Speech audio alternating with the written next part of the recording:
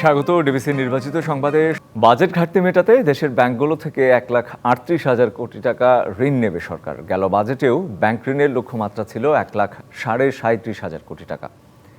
বিশ্লেষকরা মনে করছেন, বাজেট ঘাটতি মেটাতে সরকারের অতি ব্যাংক নির্ভরতার কারণে বেসরকারি খাত ঋণ পাবে না। এতে কমবে বিনিয়োগ, বাড়বে বেকারত্ব। এ বিষয়ে আরও জানাতে বার্তাকক্ষ থেকে যুক্ত হচ্ছেন সিনিয়র রিপোর্টার রেদওয়ানুল হক। রেদওয়ান, আপনার প্রতিবেদনটি দেখলাম। আপনার কাছে শুরুতেই যে প্রশ্ন থাকবে, বাজেটের যে ঘাটতি মেটানোর কথা বলা হচ্ছে, কিভাবে আসলে এই ঘাটতি মিটবে সেই প্রক্রিয়াটা যদি একটু শুনি। ব্যাংক ঋণ নিয়ে কিভাবে আসলে মেটানো হবে ঘাটতি? জি, আপনাকে ধন্যবাদ।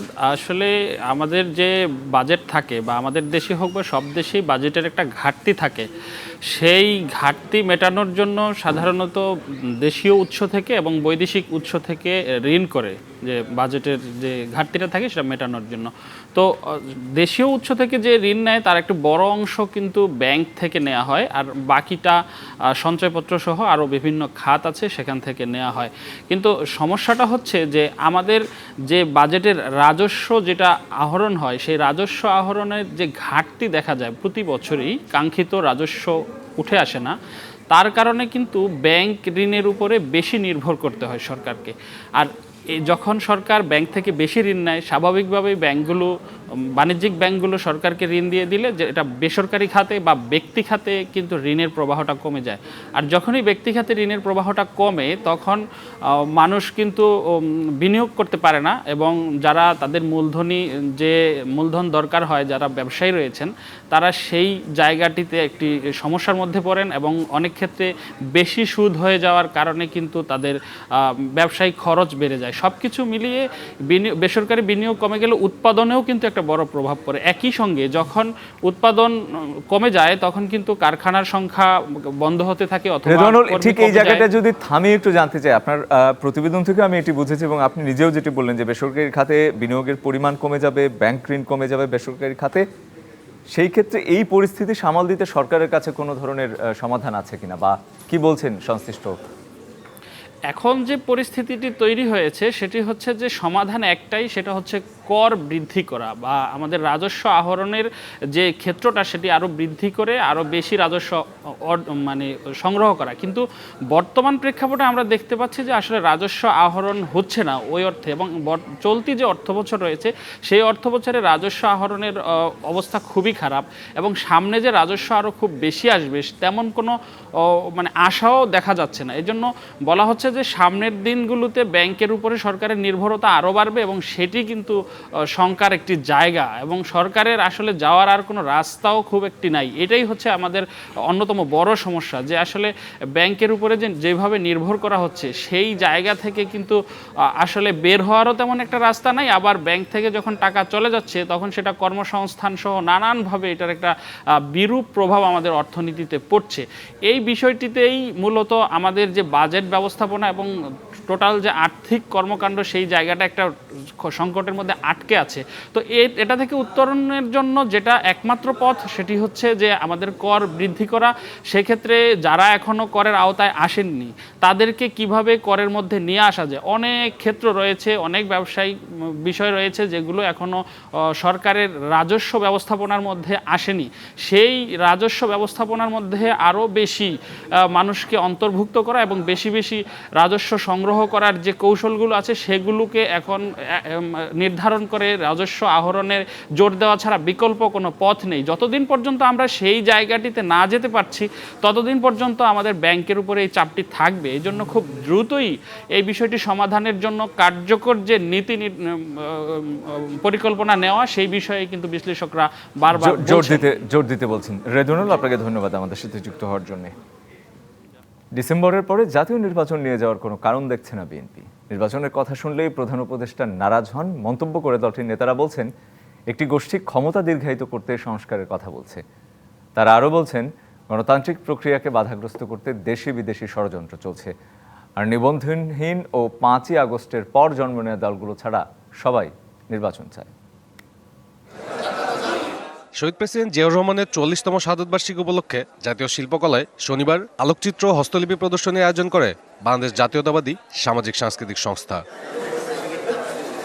সকালে এই প্রদর্শনীর উদ্বোধন করেন বিএনপি স্থায়ী কমিটির সদস্য গয়েশ্বর চন্দ্র রায়। এ সময় তিনি বিএনপির প্রতি প্রধান উপদেষ্টার অবস্থানের সমালোচনা করে বলেন, দেশে গণতন্ত্র পুনঃপ্রতিষ্ঠার জন্য দরকার হলে নির্বাচন আদায় করে নেওয়া হবে। এই বিজয়টি গণতন্ত্রের জন্য, এই বিজয় একটি সুষ্ঠু অবাধ নির্বাচনের জন্য, সে কথাটা আজকে আমাদের বুঝতে হবে। গণতন্ত্রের বিজয় আমাদের নামটি। জাতীয় প্রেস ক্লাবে জিয়া পরিষদের আলোচনা সভায় দলের স্থায়ী কমিটির আরেক সদস্য আমির খসরু মাহমুদ চৌধুরী বলেন, 5 আগস্টের পর জন্ম নেওয়া কয়েকটি দল ছাড়া সবাই নির্বাচন চায়। অনির্বাচিত সরকার কি করবে না করবে আমার মাথা ব্যথা নেই, কিন্তু আমার মাথা ব্যথা আছে। আমি একটা নির্বাচিত সরকার দেখতে চাই। আমি একটা নির্বাচনের মাধ্যমে বাংলাদেশে গণতন্ত্রের পুনঃপ্রবর্তন চাই। এটাকে বাধাগ্রস্ত করা চলবে। 52টি দল ডিসেম্বরের মধ্যে নির্বাচনের আমাদের সাথে যারা কাজ করছে তারা বলছে আরো প্লাস আরো দল আছে।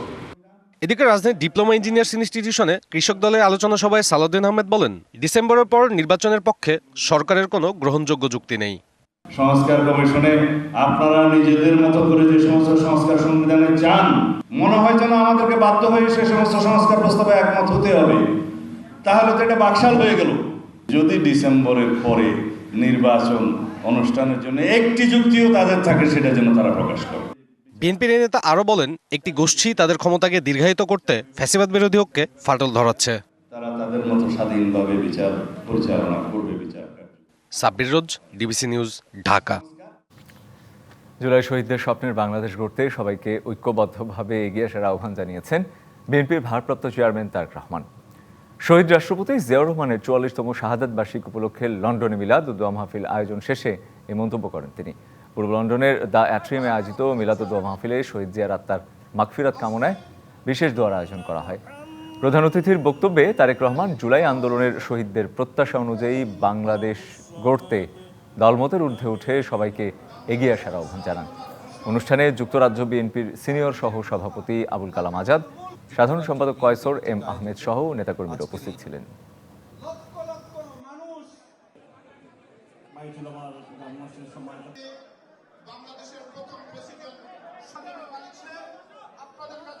যে মানুষগুলো গণতন্ত্রকে, মানুষের অধিকারকে প্রতিষ্ঠিত করার জন্য তাদের জীবনকে আত্মাহুতি দিয়েছেন, আমরা যাতে তাদের সেই আকাঙ্ক্ষাকে পূরণ করতে পারি, আমরা যারা বেঁচে আছি, আমরা আগামী দিনে যাতে বাংলাদেশের মানুষের প্রত্যাশিত যে বাংলাদেশ, সেই বাংলাদেশকে যাতে আমরা গড়ে তুলতে পারি। যে মানুষগুলো আমাদেরকে ছেড়ে চলে গিয়েছেন, তাদের প্রত্যাশা অনুযায়ী যাতে বাংলাদেশকে গড়ে তুলতে পারি, সেই রহমত যাতে আল্লাহ আমাদেরকে দেন, আমরা আল্লাহর দরবারে হাত তুলে সেই দোয়া আল্লাহ। জাপান প্রতিশ্রুত ঋণ সহায়তা এবং অনুদান বর্তমান সরকারের প্রকল্প বাস্তবায়নে কাজে লাগবে, ফলে তা ইতিবাচক ফল বয়ে আনবে বলে মনে করেন অর্থনীতি বিশ্লেষকরা। আর আন্তর্জাতিক সম্পর্ক বিশ্লেষকরা বলছেন, নির্বাচনের আগে বড় কোনো চুক্তিতে না গেলেও এই সফর সম্পর্ক এগিয়ে নিতে সহায়ক হবে। প্রধান উপদেষ্টার জাপান সফরে সই হওয়া সমঝোতা স্মারকের অধীনে টোকিও বাজেট সহায়তা, রেলপথ উন্নয়ন এবং অনুদান হিসেবে বাংলাদেশকে মোট ১.০৬৩ বিলিয়ন মার্কিন ডলার দেবে।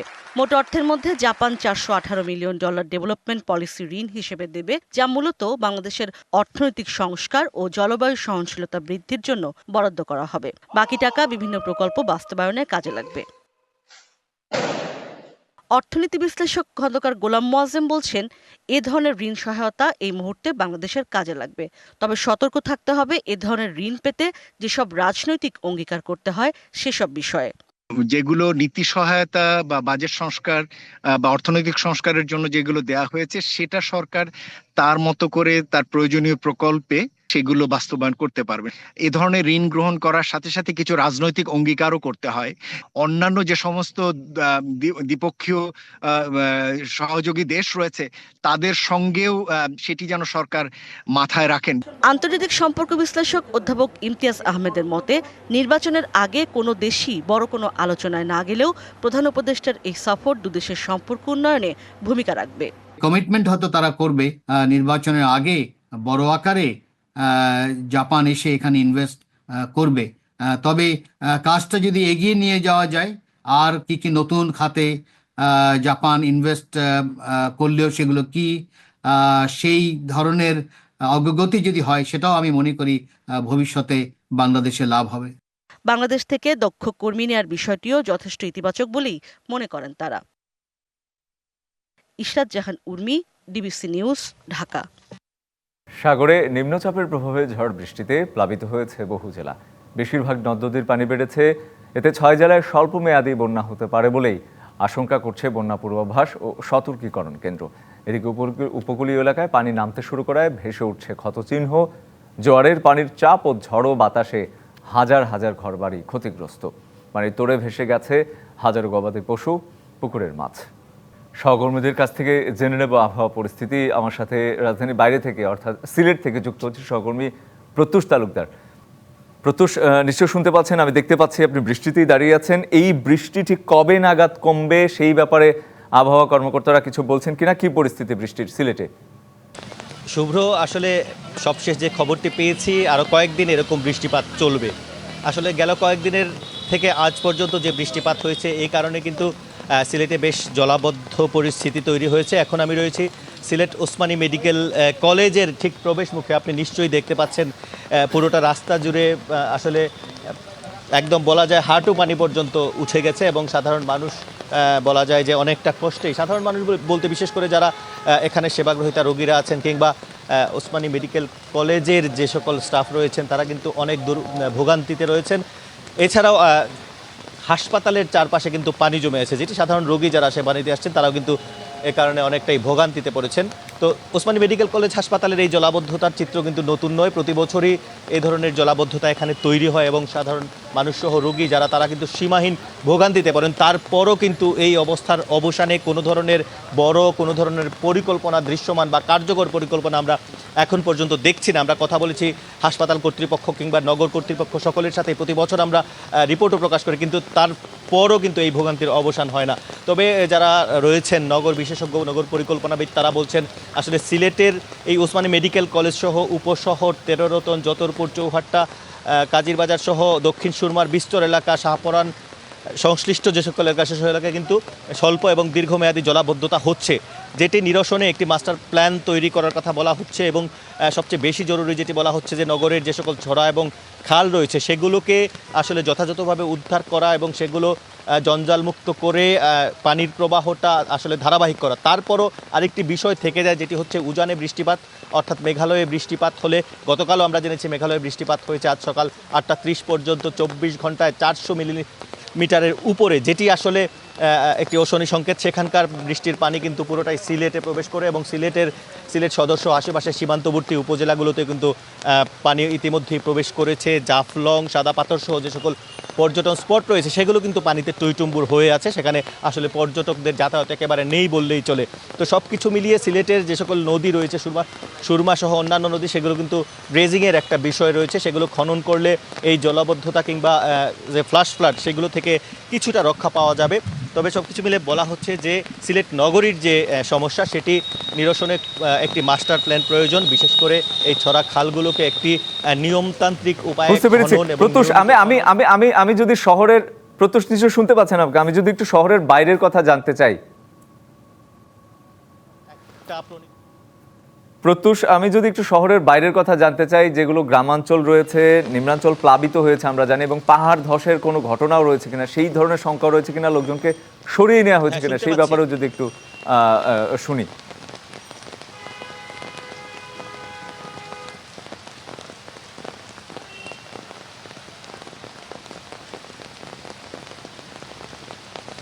রঞ্জন, পাহাড় ধসের একটা শঙ্কা রয়েই গেছে। কিছুদিন আগেও এ ব্যাপারে একটা সতর্কতা দেওয়া হয়েছে আবহাওয়া অধিদপ্তরের পক্ষ থেকে। তো সেই অনুযায়ী আসলে তেমন কোনো বাস্তবভিত্তিক পদক্ষেপ আমরা দেখিনি। এর আগে গেল বছর সিলেটে একটি পাহাড় বা টিলা ধসে কিন্তু কয়েকজন মারা যান অতিবৃষ্টির কারণে, যেটির অন্যতম কারণ হচ্ছে যে টিলাগুলো রয়েছে সেগুলো কেটে আসলে অবাধে সেখানে আসলে বসতবাড়ি তৈরি করা হচ্ছে, অবৈধভাবে কাটা হচ্ছে, রাস্তা তৈরি করা হচ্ছে। সেক্ষেত্রে প্রশাসনের মনিটরিং একেবারে নেই বললেই চলে। যে কয়েকটা মনিটরিং আছে সেগুলো কিন্তু দীর্ঘমেয়াদী মামলাগুলো সুরাহা হচ্ছে না, অর্থাৎ সঠিকভাবে একদম কঠিন প্রয়োগ যেটি আইনের সেগুলো হচ্ছে না, সেক্ষেত্রে পাহাড় ধসের একটা ঝুঁকি রয়েই গেছে। এবং সিলেটের যে সকল সীমান্তবর্তী উপজেলা কানাইঘাট, গোয়াইনঘাট, জৈন্তাপুর এবং কোম্পানিগঞ্জ সেগুলোতে কিন্তু নিম্নাঞ্চলে ইতিমধ্যে পানি ঢুকে গেছে। যদিও কোনো নদীর পানি এখনও বিপদসীমা ছাড়িয়ে যায়নি, তবে মেঘালয়ে যদি আরও কিছুটা ভারী বৃষ্টিপাত হয় তবে কিন্তু সেই বন্যার একটা আশঙ্কা রয়েছে। এবং এর মধ্যে প্রশাসন জানিয়েছে তারা কিন্তু বেশ কিছু আশ্রয়কেন্দ্র তৈরি রেখেছেন, উদ্ধারকারী নৌকা তৈরি রেখেছেন এবং তারা অন্যান্য যে অর্থ সহায়তা ত্রাণের ব্যবস্থা তারা করে রেখেছেন এবং প্রয়োজন হলে তারা সেখান থেকে মানুষজনকে উদ্ধার করবেন। তবে এর আগের অভিজ্ঞতা থেকে বলছি, সেই বিষয়টি আসলে অপ্রতুল নয়, যে নৌকার সাপোর্ট বলেন আর আশ্রয়কেন্দ্র বলেন কিংবা রাস্তাঘাট বলেন সেগুলো কিন্তু সেই রকম বন্যার মোকাবেলা করার মতো করে টেকসই করে আসলে তৈরি করা হয়নি বিগত বছরগুলোতে। তো সব কিছু মিলিয়ে বন্যা এবং জলাবদ্ধতা নিরসনে দীর্ঘমেয়াদী টেকসই পরিকল্পনা দরকার এবং বাস্তব ভিত্তিক পরিকল্পনা যে সেটি দরকার, সেটি বলছেন নগরবাসী। এই ছিল সিলেটের সর্বশেষ। প্রত্যুষ আপনাকে ধন্যবাদ। হোটেল রেডিসন ব্লুতে তৈরি পোশাক কারখানা মালিকদের সংগঠন বিজিএমইএ নির্বাচনের ভোট গ্রহণ শেষে চলছে ভোট গণনা। এবার ভোট পড়েছে 87.5%। তবে ভোট গণনার সময় প্রার্থীদের উপস্থিত থাকতে দেয়া হয়নি বলে অভিযোগ করেন সম্মিলিত পরিষদের সদস্যরা। এ বিষয়ে আরও জানাতে হোটেল রেডিসন ব্লু থেকে যুক্ত হচ্ছেন সিনিয়র রিপোর্টার ইউসুফ রানা। ইউসুফ, যেই অভিযোগ করা হচ্ছে সেই অভিযোগের ব্যাপারে আসলে কোনো কিছু হয়েছে কিনা এবং সব মিলিয়ে ভোটের পরিস্থিতি কি দেখছেন, কেমন হলো ভোট, সেটি দিয়ে যদি আগে শুরু করতে চাই। রঞ্জন, আপনি যেমনটি বলছিলেন যে সম্মিলিত পরিষদের পক্ষ থেকে অভিযোগ করা হয়েছিল যে ভোট গণনার সময় তাদের প্রতিনিধি থাকতে দেওয়া হচ্ছে না, কিন্তু পরবর্তীতে সেই সমস্যার কিন্তু সমাধান হয়েছে। নির্বাচন কমিশন তাদের কথা শুনেছেন এবং তাদেরকে সম্মিলিত পরিষদ, ঐক্য পরিষদ এবং ফোরাম, 3টি জোট যে নির্বাচনে করছে, প্রতিটি জোট থেকে 6 জন করে সদস্য নির্বাচনের যে ভোট গণনা সেই ভোট গণনার সময় উপস্থিত থাকার অনুমতি দিয়েছেন এবং এই মুহূর্তে সেই ভোট গণনা চলছে। তবে দিনভর কিন্তু গণমাধ্যম কর্মীদেরকে ভিতরে প্রবেশ করতে দেওয়া হয়নি। আমরা ঠিক এই জায়গাটি থেকেই সংবাদ সংগ্রহ করেছি। গণমাধ্যম কর্মীরা এখনও কিন্তু একই পরিস্থিতি, যে ভিতরে কি হচ্ছে সেটি জানার সুযোগ সেভাবে গণমাধ্যম কর্মীদের নেই। আমরা যতটুকু প্রার্থী এবং ভোটারদের কাছ থেকে জেনেছি সেভাবেই সংবাদ সংগ্রহ করার চেষ্টা করেছি। তবে প্রার্থী এবং ভোটাররা কিন্তু আমাদেরকে জানিয়েছেন যে এবারের নির্বাচন অন্য নির্বাচনের চেয়ে ভালো নির্বাচন হয়েছে এবং গ্রহণযোগ্য নির্বাচন হয়েছে। নির্বাচনের পরিবেশ ভালো ছিল এবং তারা ভোট দিতে পেরেছেন। তবে এখন তাদের একটাই দাবি যে পরবর্তীতে যারা নির্বাচিত হবেন তারা যেন তাদের এই বিজিএমইএকে যে বাণিজ্যিক সংগঠন, এই সংগঠনটিকে রাজনৈতিককরণ না করে যেন বাণিজ্যিকভাবে পরিচালনা করেন এবং পোশাক খাতে চলমান পরিস্থিতিতে যে সংকট আছে সেই সংকট সমাধানে তারা কাজ করবেন।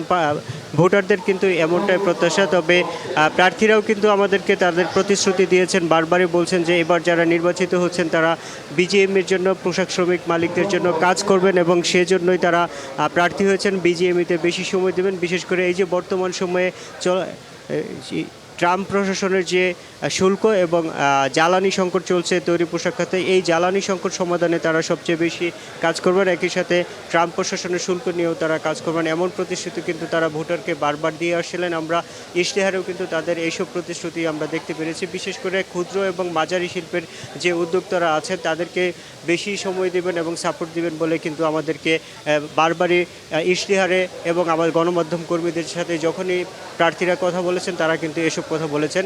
রঞ্জন, এবার কিন্তু একটু ভিন্ন মাত্রায় নির্বাচন হচ্ছে। প্রতিবার প্রায় গত 42 বছরের ইতিহাসে প্রতিবারই 2টি পক্ষ নির্বাচনে অংশ নেয়, একটি হচ্ছে সম্মিলিত পরিষদ আর একটি হচ্ছে ফোরাম প্যানেল। তবে এবার কিন্তু সেই সাথে নতুন একটি প্যানেল যুক্ত হয়েছে, সেটি হচ্ছে ঐক্য পরিষদ।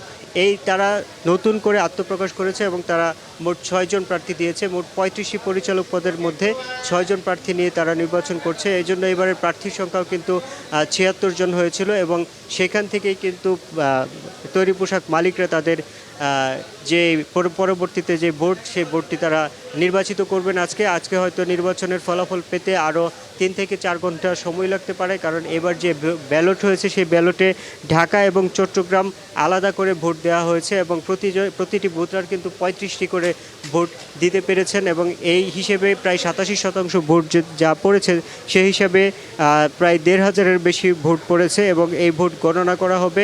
এই ভোট গণনার শেষেই কিন্তু নির্বাচনের ফলাফল ঘোষণা করা হবে। সেই হিসেবে আরও 3 থেকে 4 ঘন্টা বেশি সময় লাগবে। আমি যেটি বলছিলাম যে ঐক্য পরিষদের পক্ষ থেকেও কিন্তু বারবার বলা হচ্ছিল যে তারা এইবার নির্বাচনে এসেছেন শুধুমাত্র এই যে বিজিএমইতে বারবার রাজনৈতিক প্রভাব দিয়ে যে নির্বাচনটি হয় সেই রাজনৈতিক প্রভাব মুক্ত করতে চান এবং একই সাথে নতুন একটি ধারা তারা তৈরি করতে চান। এই জন্য তারা নির্বাচনে এসেছেন এবং তারা যেহেতু নিজেদেরকে মধ্যম পরিসরের ব্যবসায়ী দাবি করেন, অর্থাৎ মাঝারি ব্যবসায়ী, তারা বেশিরভাগ তারা ক্ষুদ্র এবং মাঝারি শিল্পের জন্য কাজ করবেন এবং তারা সেই শিল্পকে সামনে কিভাবে এগিয়ে নিয়ে যায় সেই প্রচেষ্টায় তারা অব্যাহত রাখবেন বলে আমাদেরকে বারবারই জানিয়েছেন। এবং তিন পক্ষের পক্ষ থেকেই কিন্তু বরাবরই নির্বাচনের প্রায় 1 মাস যাবৎ কিন্তু ভোটারদের কাছে টানা হচ্ছিল এবং তারা বারবারই বলছিলেন যে আমরা নির্বাচনে গেলে এবং বিজয়ী হলে আমরা ক্ষুদ্র এবং মাঝারি শিল্পের